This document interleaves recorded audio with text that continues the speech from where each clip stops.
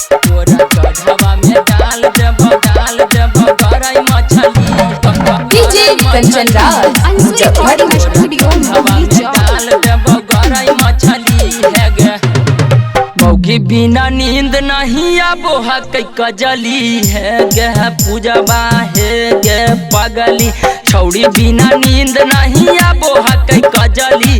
रतिया में आंसू हमर चूजा है पगली। नेमू आया नार जैसा बाटो हखी सगरी। रतिया में सुतो ही चूजा है पगली। हथाबा में कॉपी लेके घूमो ही सगरी। रतिया में सुतो ही चूजा है पगली।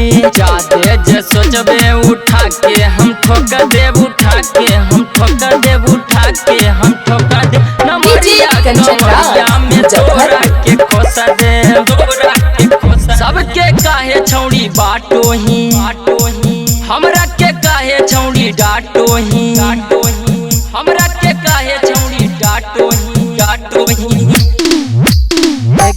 सबके काहे छौड़ी बाटो ही हमरा के काहे छौड़ी डाटो ही। पेनिया सकड़ छौड़ी घूमो हखी सगरी पेनिया सकड़ छौड़ी घूमो हखी सगरी। रतिया में सुतो ही चूजा है पगली। पेनी हाफ पैंट छौड़ी घूमो हखी सगरी। रतिया में सुतो ही चूजा है पगली। अबुआ के खुश करके जई बहना जई बहना जई बहना से कपूरा में कबो आई बहना गे। ऊपर लगो हो तारा बूजा गे नीचे लगो हो खरा बूजा गे नीचे लगो हो खरा बूजा गे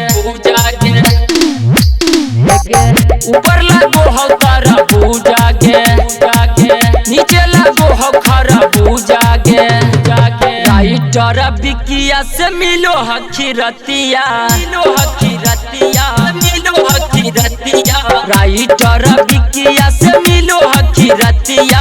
मनोज लाल यादव से करो हखी बतिया। मौगी बिना नींद नहीं आबो हक पगली। रतिया में सुतो ही चूजा है।